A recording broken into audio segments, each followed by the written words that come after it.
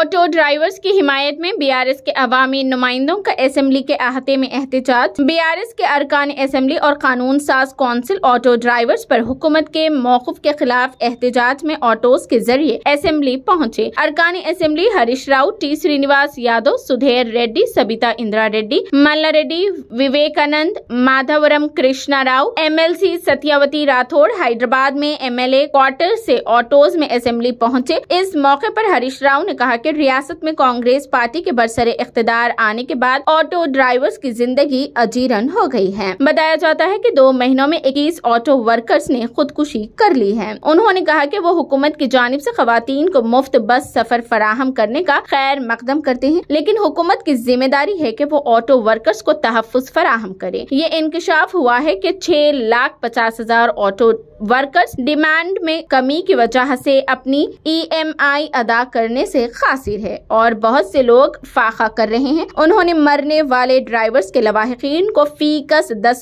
लाख रुपए मुआवजा देने का मुतालिबा किया। हुकूमत की जानिब से जो बजट पेश किया जाएगा उसमें ऑटो ड्राइवर्स के मसाइल को मद्देनजर रखा जाएगा कि ऑटो वर्कर्स को 10,000 रुपए माहाना अजीरत फराहम की जाए। इस दौरान प्ले कार्ड्स लेकर असेंबली में जाने की कोशिश करने पर पुलिस ने बीआरएस एमएलए को रोक दिया और मौके पर एहतजाजी बीआरएस लीडरों और पुलिस एहलकारों के दरमियान लफ्जी झड़प भी हुई।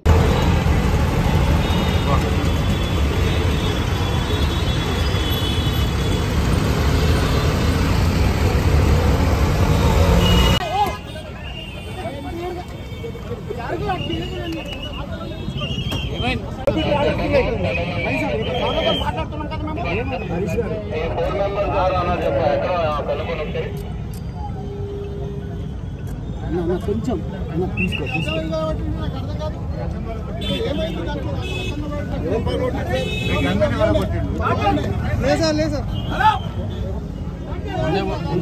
ముందు నుంచి ఉంది సార్, ముందు నాకు తెలియదు సార్. నేను ముందు నాకు వాళ్ళు మాకు చెప్తున్నాను లేదు సార్. వాళ్ళు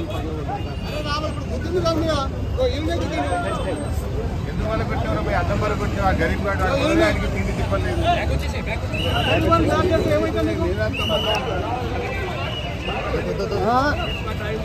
జైదీను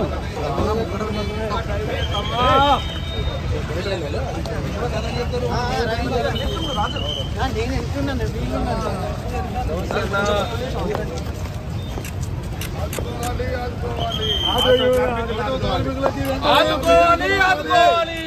ఆటో కార్మికులు ఆదుకోవాలి. చనిపోయిన కుటుంబాలకు 10 లక్షలు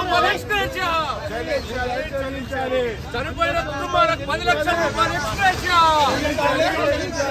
ఆటో కుటుంబాలను ఆదుకోవాలి.